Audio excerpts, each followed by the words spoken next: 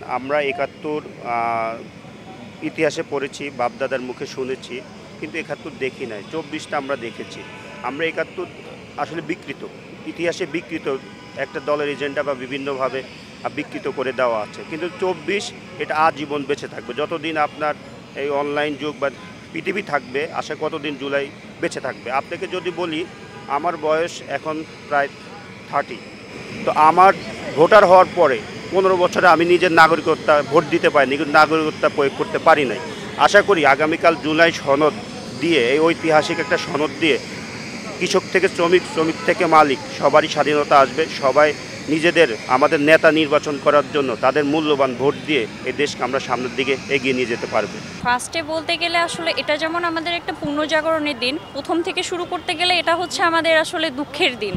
কারণ এই সময়গুলো কতটা খারাপ গেছে আমরা সবাই জানি। প্রতিটা দিন জুলাইয়ের আর আগস্টের যে 4 দিন, এই 4 দিন বিশেষ করে এই 4 দিন হচ্ছে মানে আগের বছরের কথা চিন্তা করতে গেলেও হৃদয় কেঁপে ওঠে। তো সেই দিক থেকে আসলে বলতে গেলে যে একটা আনন্দের দিনও আছে, আবার খুব মানে দুঃখের দিনও আছে। তো সেই দিনগুলো যে আমরা পার করে এসেছি, এতেই আমরা অনেক খুশি।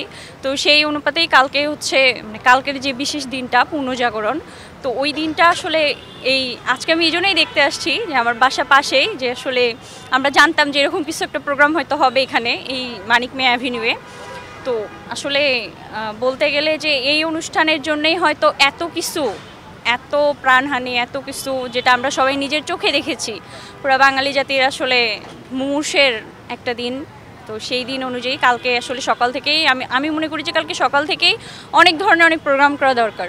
হ্যাঁ, অবশ্যই আমি মনে করি যে এই জিনিসগুলো আমাদের আসলে রাখা উচিত। কারণ আমাদের যে পরবর্তী প্রজন্ম আসবে, তাদেরকে যে জুলাই একটা যে ছিল, সেই 24 জুলাই যে একটা বিশেষ একটা মানে চলে গেছে। আমরা যেমন মানে 1971-এর মুক্তিযুদ্ধ আমরা হয়তো নিজ চোখে দেখিনি, তো আমরা জাস্ট ভিডিও বা শুনেছি আমাদের গার্জিয়ানদের মুখে। তো সেরকম আমাদের যে পরবর্তী প্রজন্ম আসবে, তাদেরকে তো বলতে হবে, তাদেরকে তো দেখাতে হবে যে 24 জুলাই আসলে ছিল, আমরা কত মানে খারাপ দিন কাটিয়েছিলাম সেই সময়গুলোতে। তো সেগুলো দেখানোর জন্য আমি মনে করি যে এই প্রোগ্রামগুলো করা দরকার, রাখা দরকার।